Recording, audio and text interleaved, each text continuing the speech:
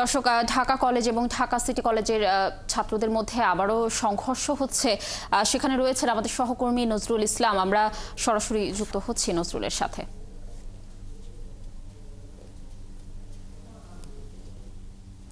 নজরুল, আপনি তো সেখানে রয়েছেন, কি দেখছেন এখন পরিস্থিতি সেখানে? আর কোনো আইনশৃঙ্খলা বাহিনী কি দেখতে পাচ্ছেন কিনা জানাবেন। কানিজ যেমনটি জানাচ্ছিলাম, সকাল 10টার কিছু পরে 11টা নাগাদ কিন্তু ঢাকা কলেজ বনাম সিটি কলেজের মধ্যে একটি সংঘর্ষের ঘটনা ঘটে।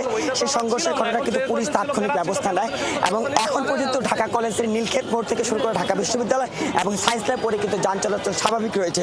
তো আমি একটু এই পুরো ঘটনার বিবরণীতে এই আইন শৃঙ্খলা বাহিনীর যে এই জোরের যে রমনা ডিস্ট্রিক্ট তার সাথে একটু কথা বলতে চাই। আসলে এই বাসদ ভাই একটু বলবেন যে ঘটনাটা কি হয়েছিল?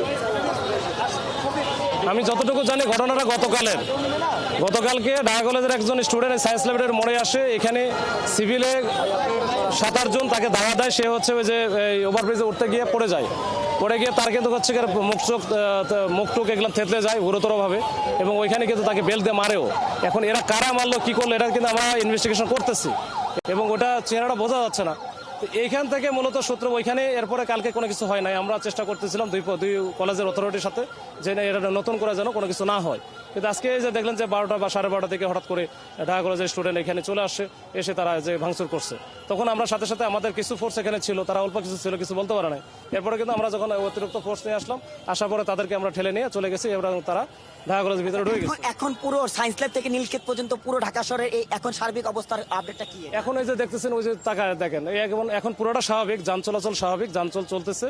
এখন এই যে সিটি কলেজে যারা ছিল তারা তো বেশ কিছু যে ইট পাটকেল পুলিশের লক্ষ্য করে মারছে, তো আমরা তাদেরকে ডিসপার্স করার চেষ্টা করছি, তারা যেন চলে যায়, যে পরিস্থিতি যেন স্বাভাবিক হয়। এই অবস্থা আছে এখন, পরিস্থিতি পুরোটা স্বাভাবিক। এখন পুলিশের বেশ কয়েকজন আছে, আমার মতে এটা 10-15 জন হবে। আজকে অনেক আহত হয়েছে।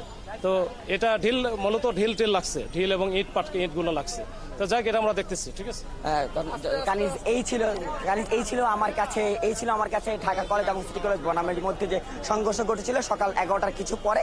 সেই মুহূর্তে যদি বলে রাখতে চাই, এখন ঢাকা বিশ্ববিদ্যালয় নীলক্ষেত থেকে শুরু করে ঢাকা কলেজের সামনের মোড়, চাঁদনী চক শেষ থেকে শুরু করে সায়েন্স ল্যাব, এই পুরো মোড়টাই কিন্তু যান চলাচল স্বাভাবিক রয়েছে। এই ছিল আমার কাছে সর্বশেষ কানিজ।